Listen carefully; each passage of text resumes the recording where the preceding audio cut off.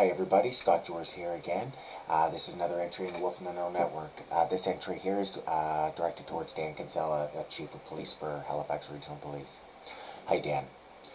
I really hoped we would have been able to talk under different circumstances. That day I walked down Halifax Regional Police, I was there to talk. Right? I think it's quite clear you knew I was walking down there. Whether you admit it or not, you did. You knew what was going on. And you go back to the events of November 2019, you knew what was going on and you know who this involves. And like I said to those officers that day, hey, maybe you didn't know and maybe you were set up to fail, that's an option, but at some point you did know the difference and you still chose to act the way that you chose to act. And I think that you know I have no problems with you, and if you go back and check the record, I have no problems with police. I showed them my support, I trusted them, and look what they did to me. Look what they did. Look what they did stalking me out of my sister's driveway. They did to my, one of my exes when they went down to Halifax Regional Police because he was brown. Look what RCMP did when they stopped me because my boyfriend was black at the time. Look what they did with my wallet. Right? Look at Jim Perrin basically mocking me, saying the racism and this stuff is all some, basically some narrative to give police. Look what the police did when I was out protesting racism, stalking me back and forth, right? Look at the police officer stalking me out of my sister's driveway because I'm gay, in his plain clothes and his cop car. You know what that is, buddy. You know what that is. Right? Look at the officers, the arresting officers that day lying. Go back and watch the video footage of that supervisor pull her pants up like the big man. You know what that is. Look at Jonathan Jeffries lying. You know what that is. Right? So, when you go on CTV News and you look at Todd Battis or you look at Nova Scotia and you say you can't understand why people don't trust the police and that they just used to trust them, Dan, it's because they can see who you are now. Right? They have all these means, and as soon as they got to see who you are, look how it's changing. It's not on the public, it's not on everybody else, it's on you. There are good officers.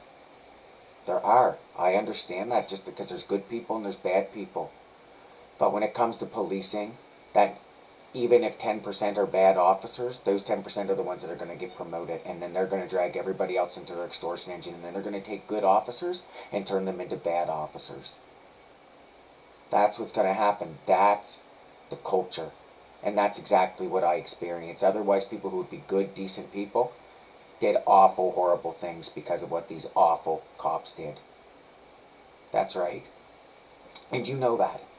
Right? And now think about this, from my perspective on this. 2 months after I walked down there with all this evidence, HRP does a historic, unprecedented vote against you. 96% voted no confidence in you. Now, I don't know if it's related to me or not, or if it's just everybody else is seeing what I'm seeing, but there's instances where you were trying to sneak out the back door at these black community events because you didn't want to answer questions. Here you are allowing these officers to degrade me and humiliate me, and you didn't come forward. You know I'm right about all of this. And you're going on the news looking at everybody saying you don't know why they can't just trust police? Are you serious? Those officers obviously have a serious problem with you, Dan.